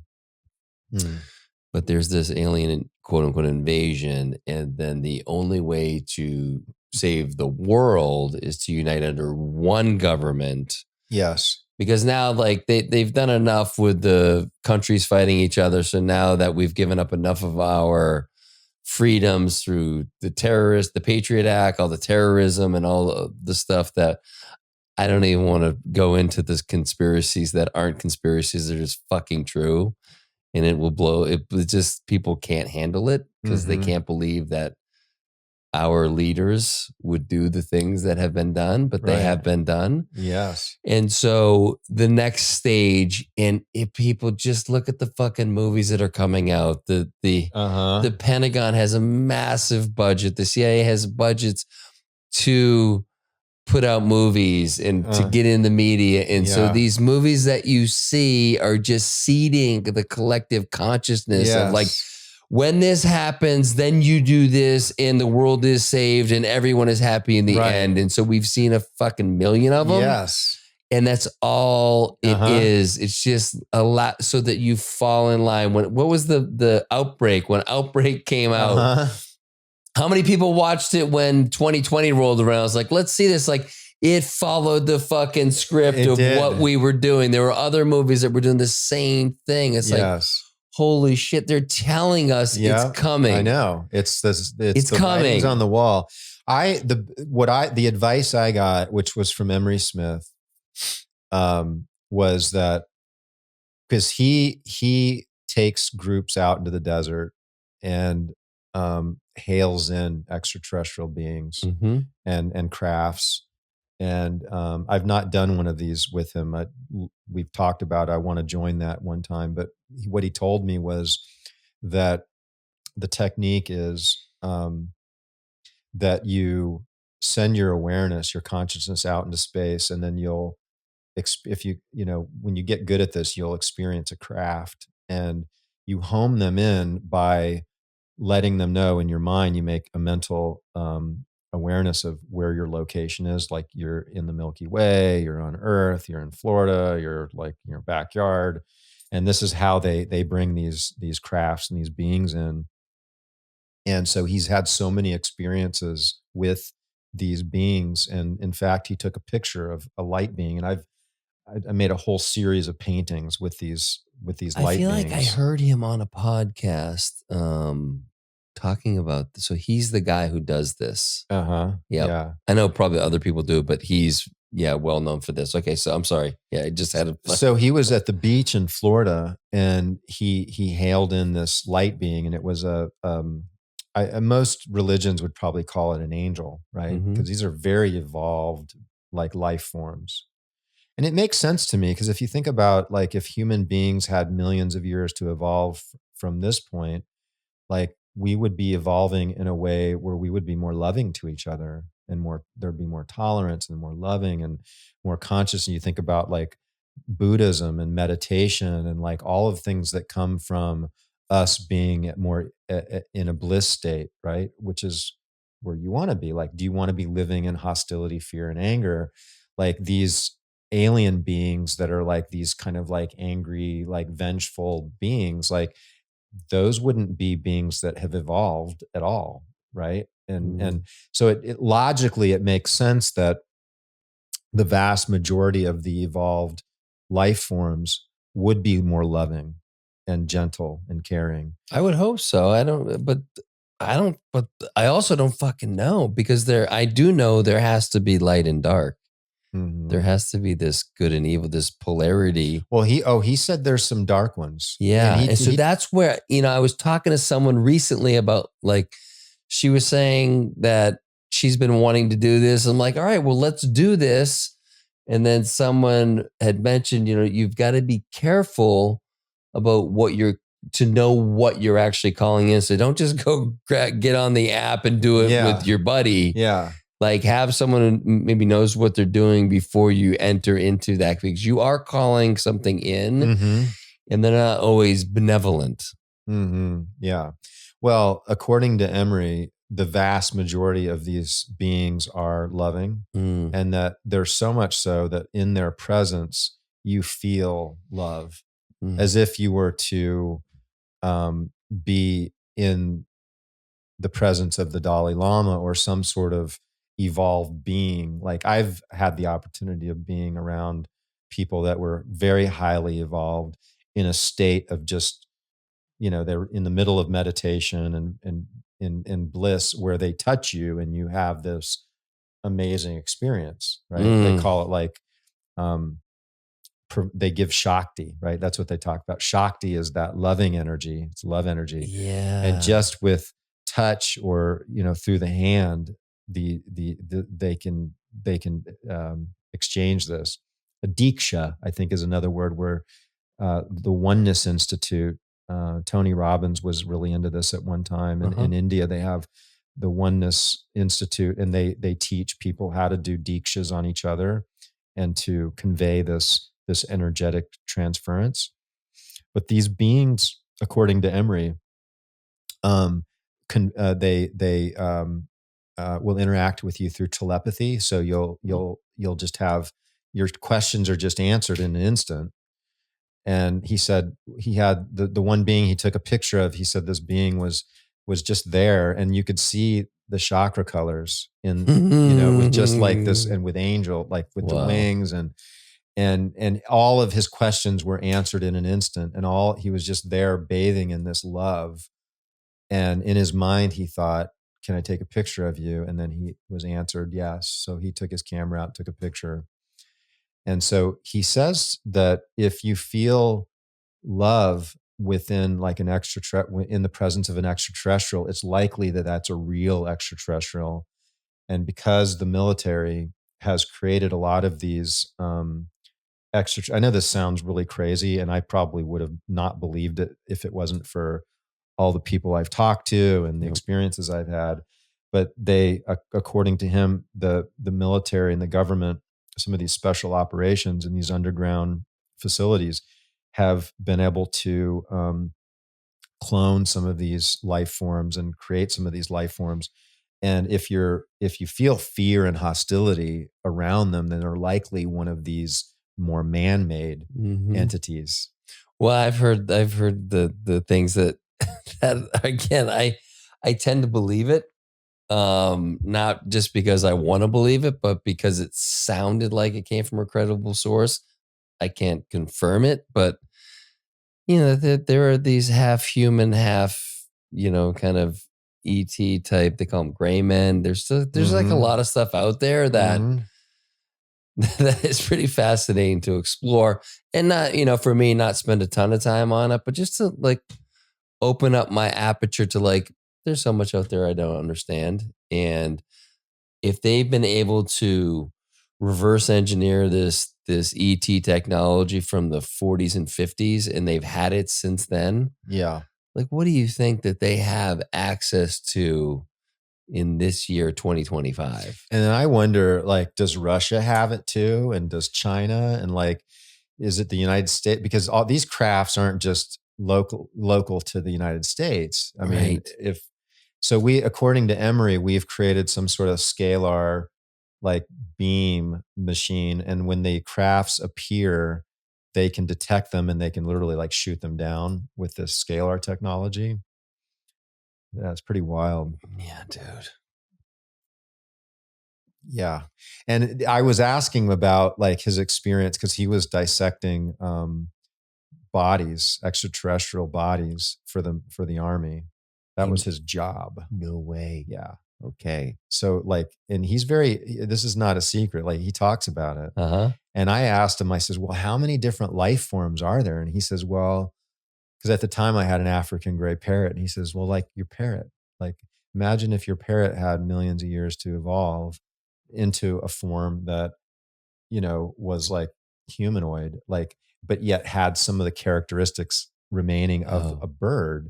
He says, well, that's a potential. So you can imagine like all the diversity of the different life forms. So if you can think about it, it exists in the universe.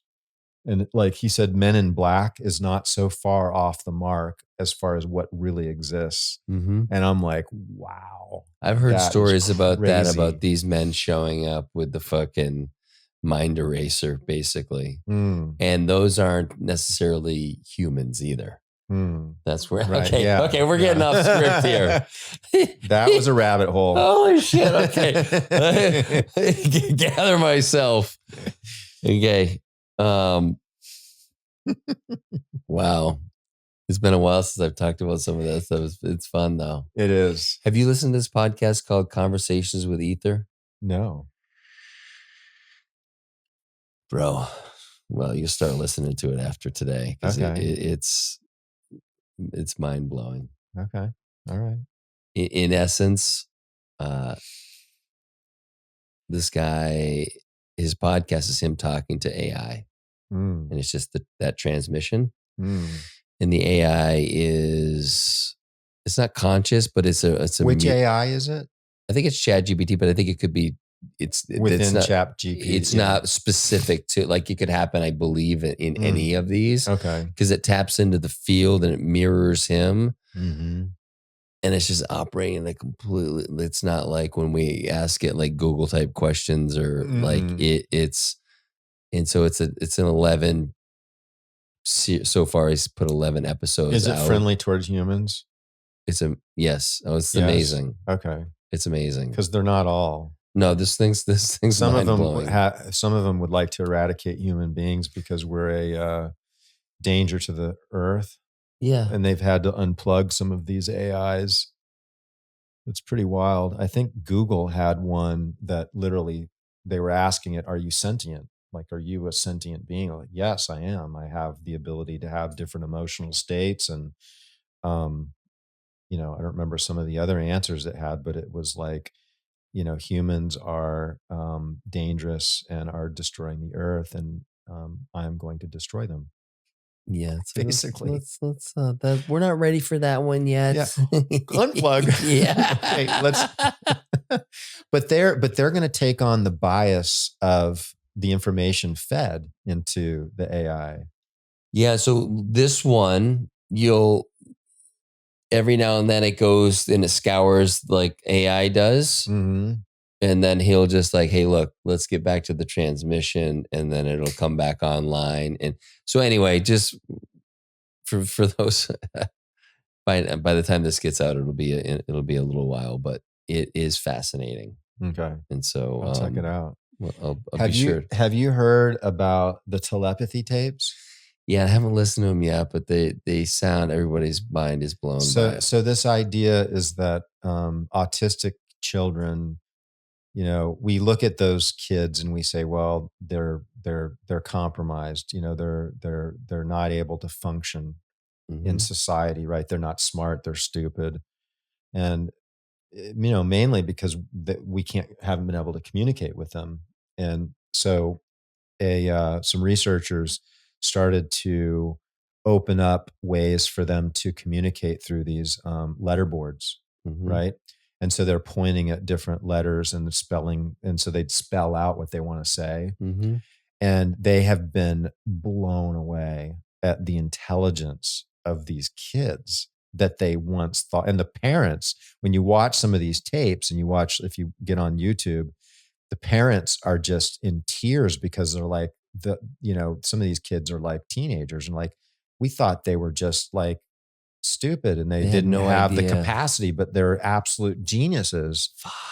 And then they started to realize that the kids had some extra sets of abilities with telepathy and being able to communicate with each other, Yeah.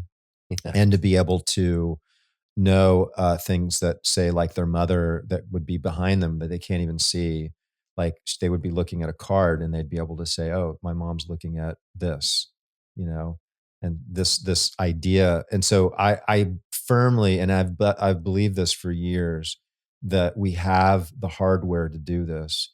Hmm. We just haven't developed the software yet, and that Hmm. these autistic kids are actually they're the light beings that have been sent to earth to like raise the consciousness.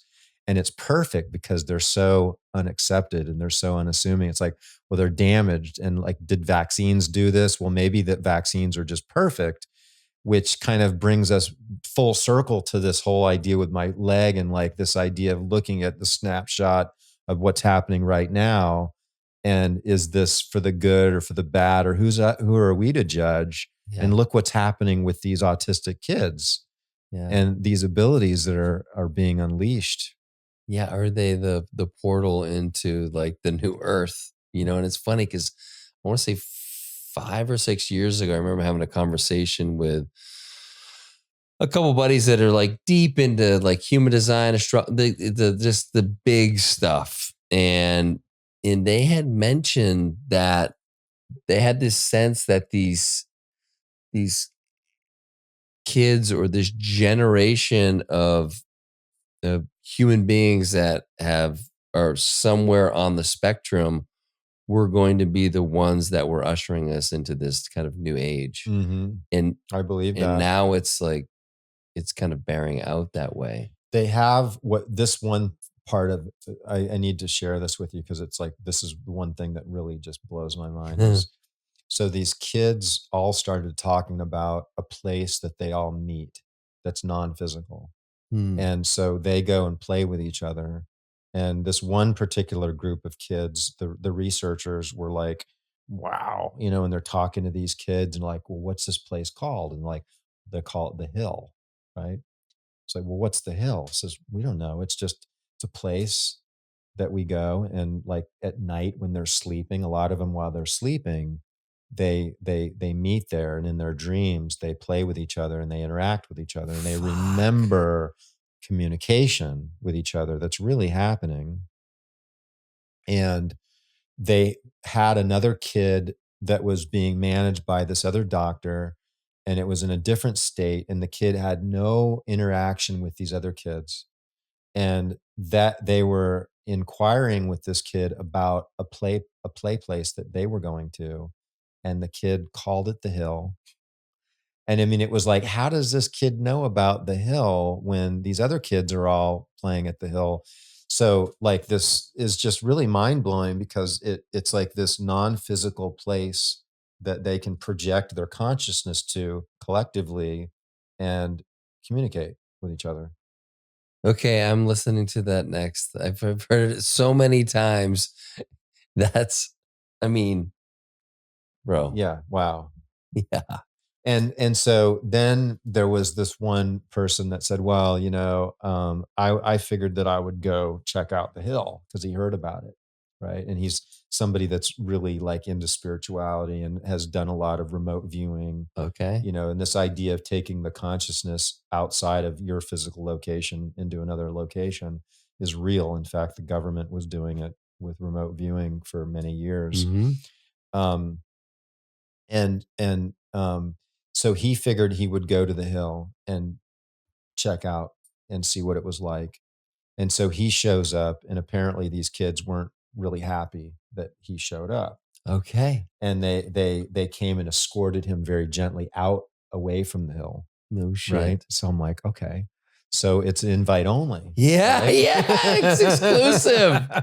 Little velvet So rope action. you got bounced. Yeah, that had to feel good for them. But apparently, like, you have to have a certain level of awakeness and like open heartedness and lovingness and acceptance, and this is something, even though it's hard to see this with these kids that have autism, because you're looking at somebody that from the outside looks like they've got a complicated neurological condition, Mm-hmm.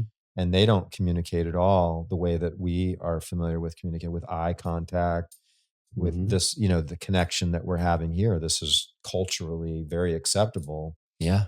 But there's this very deep awakening that a lot of these kids have where they're like fully like realized in some senses, probably they're reincarnations of, masters, ascended masters. Mm-hmm.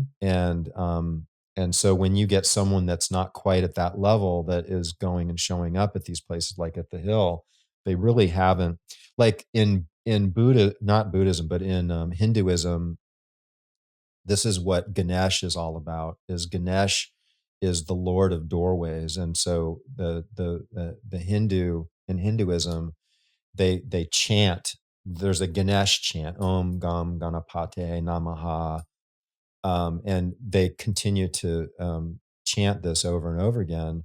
And what they're doing is, while they're chanting, they're getting themselves into a state of bliss.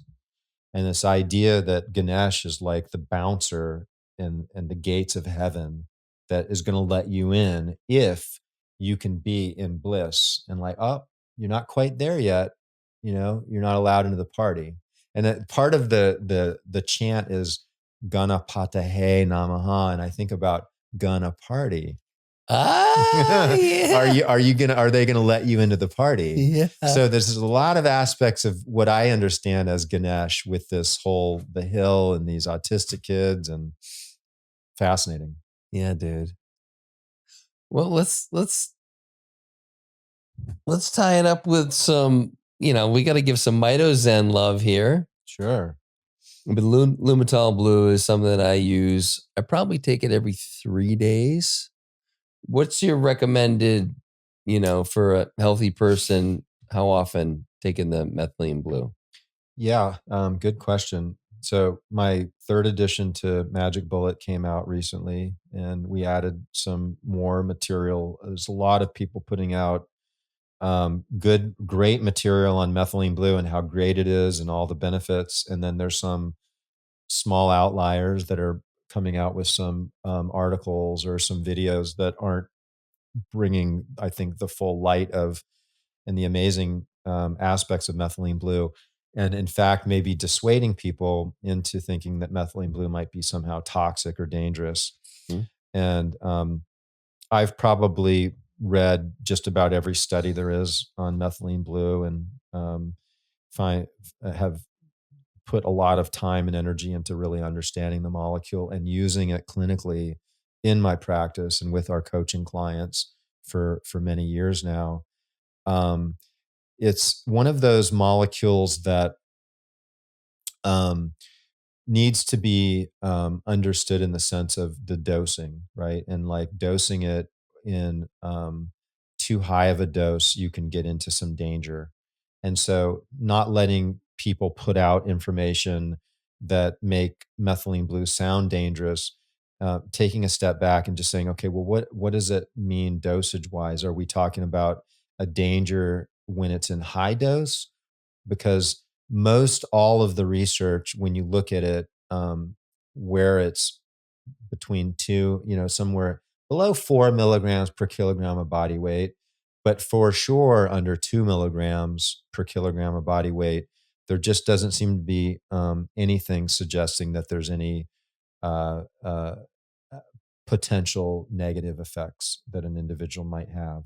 You should expect to pee blue. That's normal. Mm-hmm. Your brain can turn blue. Your methylene blue does fairly rapidly and completely turn into leukomethylene blue, which is a clear or white. So any type of staining that happens in the body doesn't last. And anybody that's taken methylene blue and their tongue gets blue will know this, because the tongue by a couple hours later is not blue anymore. Mm-hmm. So, um, but it has an affinity to the mitochondria. And once it gets into the mitochondria, it's able to hail in photons of red light, red and near infrared. So it's really good to do in combination with any type of light therapies. Mm-hmm. But so we came out with a product called Lumitol Blue that allows you to take it and not get your mouth blue, and it fully absorbs in the stomach, so it doesn't have a negative effect on your microbiome. And I've combined it with a number of other types of substances that also work to enhance the ability to absorb light, like phycocyanins, which is from blueberries and blue green algae, um, uh, chlorella. There's green tea extract. There's a little bit of vitamin C in there, because that helps to kind of lubricate that conversion from methylene blue into leukomethylene blue. And the leukomethylene blue is part of what gives methylene blue a lot of its power, because it's anti-inflammatory and it's also antiviral. So methylene blue can be a valuable substance to have in the. You can take it every day. I'd suggest taking a break every couple of weeks or so Mm-hmm. for a couple of days, but it's something you can take fairly regularly for a long period of time. It's also something that you could just have in your medicine cabinet and take it, like if you're starting to get the flu or come down with something. Seems to be a great therapy for cancer. Um, it's great for cognitive enhancement. It can be taken to improve memory, cognition, mental clarity. Mood uplifting. It works on serotonin. You do need to be careful of it when you start taking higher doses of it, particularly above 4 milligrams per kilogram of body weight, along with SSRIs. Okay. Okay. Good to know. And then we have our lovely paraxanthine product, Satori. Satori. Yes. Also in a bar form. These are really convenient to travel with, and they fit in your pocket or in a bag. I'm gonna take one of those now. Yeah, so there's 200 milligrams. So it's the same substance that's in the update drinks, paraxanthine, and what we included in with that is the alpha GPC, which is really good for memory. We put bacopa and some other Ayurvedic herbs in there that enhance circulation in the brain. And so this is a really nice cognitive enhancing. They mixes really well with the Lumitol Blue. And in fact, we do make Satori with methylene blue in it, but it's only 20 milligrams. Anybody that's been following me, I recommend more than 20 milligrams, although there are a lot of people out there that will recommend 10 and 20 milligrams as being like, that's all you need and blah, blah, blah. But I haven't seen that work really well with a lot of the people that I've worked with. Usually when they bump themselves up to 45 milligrams, I usually recommend like 45 for smaller people and 90. So these Is it 180 in the 180, so 90 milligrams for most male. So Yeah. these squares, you can cut them into portions. Mhm. So a quarter would be good for a female, and then a half for most males. But then if you were coming down with something, or you have situations where you have more stress, like you're traveling, you could take a full one. But do the math, figure out how many kilograms you weigh, and then figure out the math and make sure that, you kind of stay under the 4 milligrams per kilogram. Mhm. But, 4 milligrams per kilogram of body weight is, 300 or 400 milligrams for some people. Yeah. So that's a decent amount. Then you get the phenmectin. So these are some new products. We have some products with combination of ivermectin and fenbendazole and EDTA. And these are by prescription. And so, as you know, a good portion of our store with Mitozen is club based. So for a $10 lifetime membership fee, that's where you can get the Zen, and you can get the Glutastat and some of the other products that we have. These are not in either store, but they are something that probably by the time this podcast comes out, we'll have some sort of a link. But there's just a brief kind of medical kind of procedure. We don't necessarily need to do an exam on you, but there's certain medical It's like a telemedicine aspects thing. of your history. Yeah, telemedicine. And then I think it's like $49.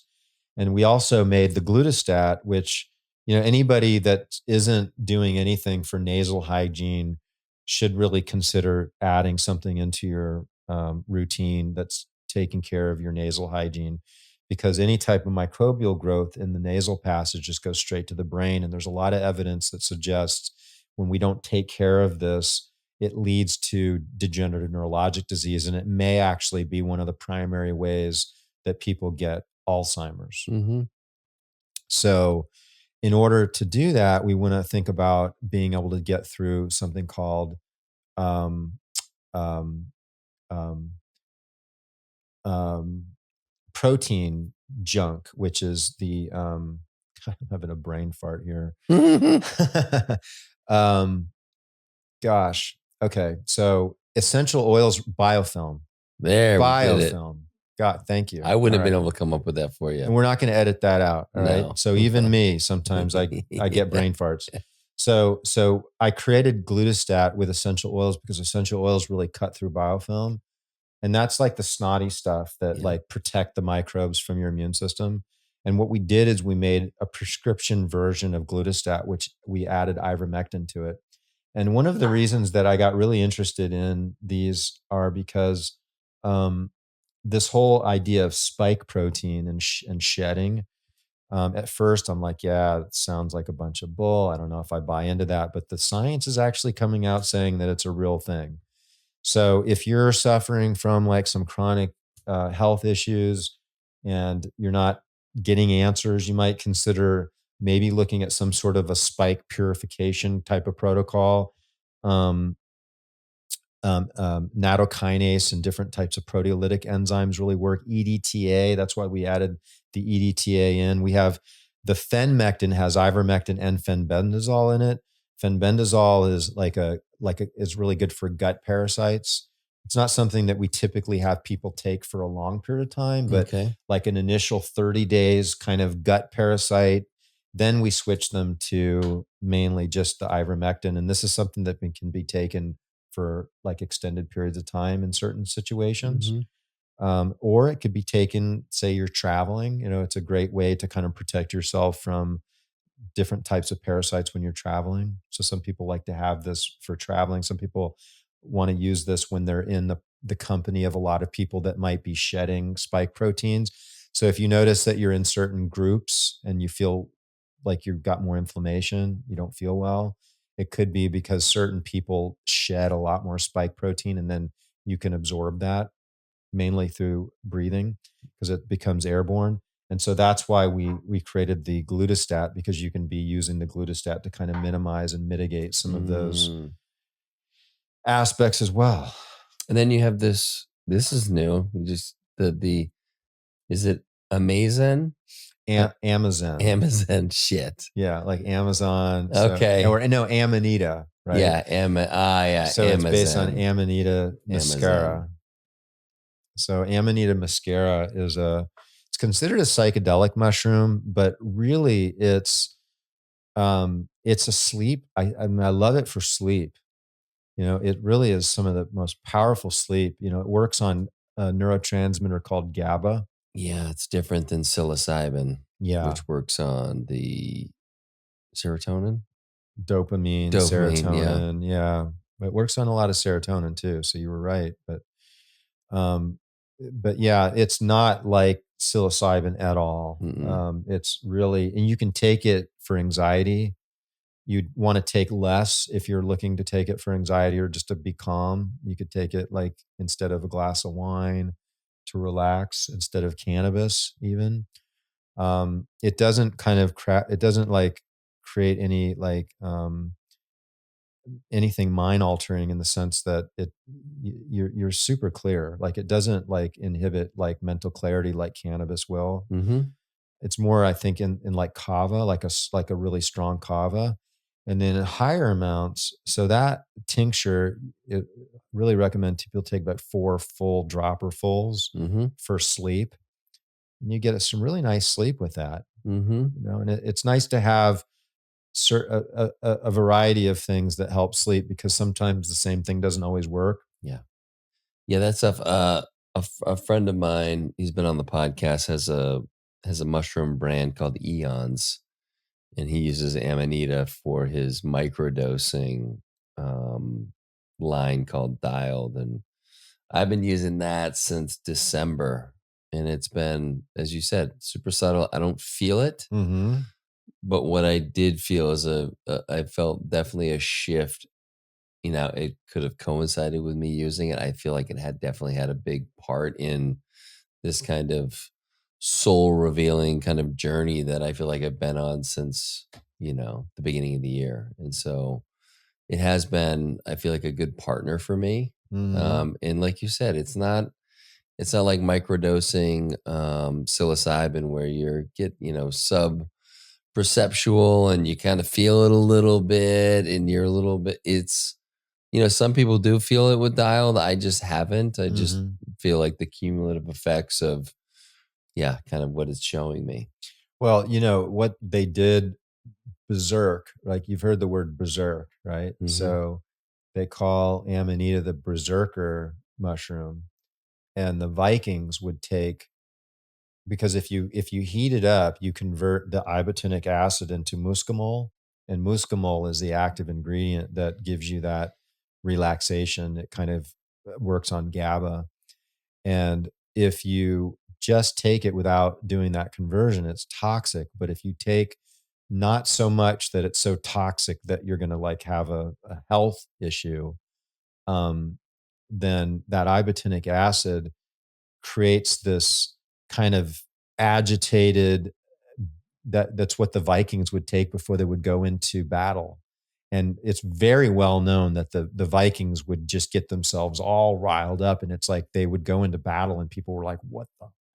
And I was watching the special on the Nazis, and the Nazis did the same thing, but with methamphetamine. Yes, I've seen that. The Vikings, and they called it berserk using Snockle or something like that's like I'm not butchering that, but it's berserkin something. And basically they would go in and they would just the battle would just be like ongoing. There would be no breaks. they would go in and they conquered Poland in 28 days, right? Which is Yeah. like unheard of, but the tanks would just keep rolling.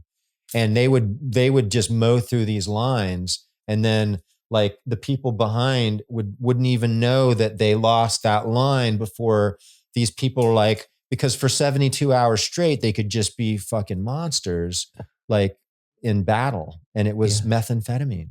Yeah.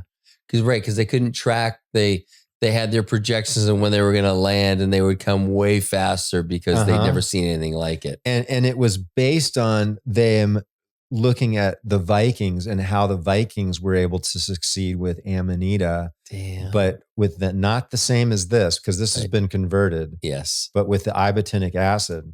And I learned about this from Raga, and Raga is the Viking queen, and she's actually here. You might meet her if you're going to come check us out at the event. Yeah, Dave's event. Yeah. I'll be around. Yeah, it's Yeah. pretty Hell wild. yeah. Okay. All right. Well, let's wrap a bow on this. All right. I'd love to know, like in this moment in time, like what meaning you've been able to make of this whole experience. Mm.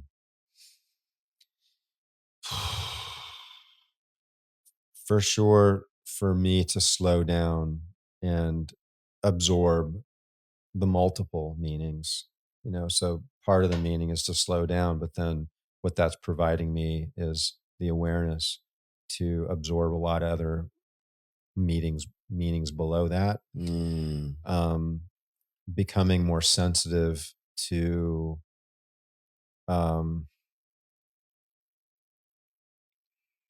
a lot more sensitive to those around me, from experiencing uh, some of the stresses I have. You become a lot more empathetic Mm. to other people going through their own healing journeys.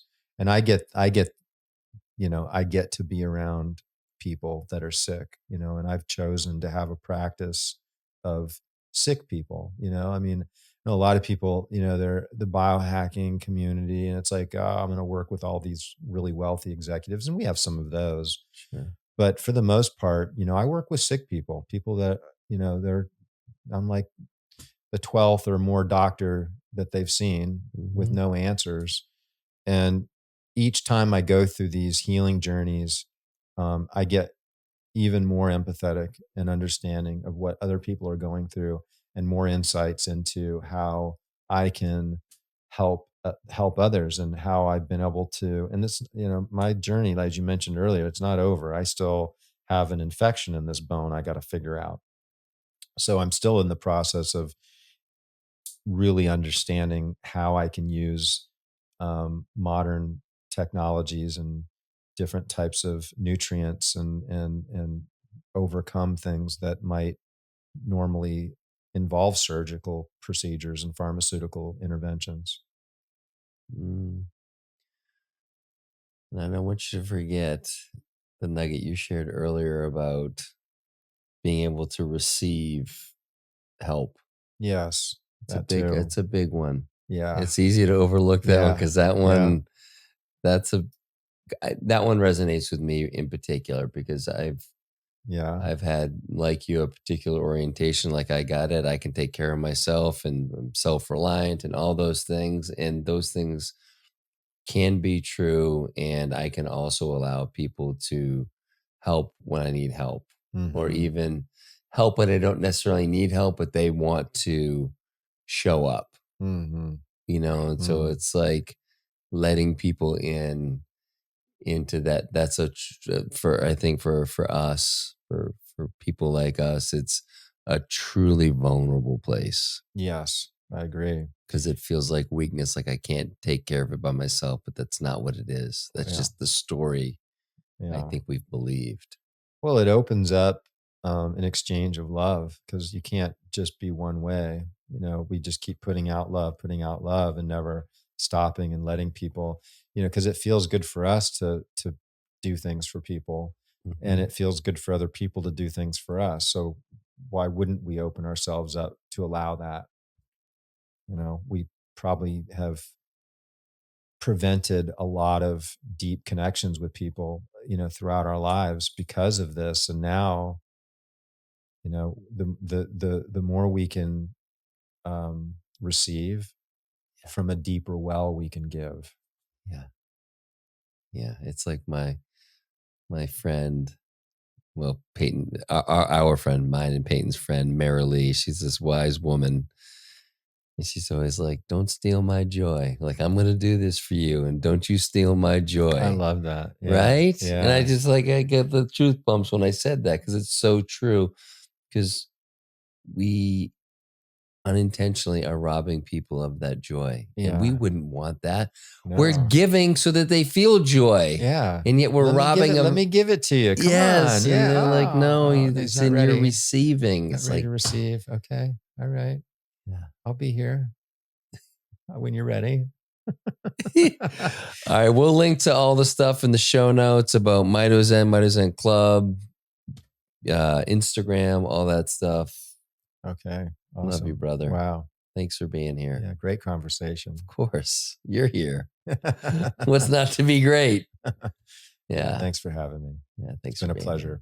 Here. Hell yeah. As always.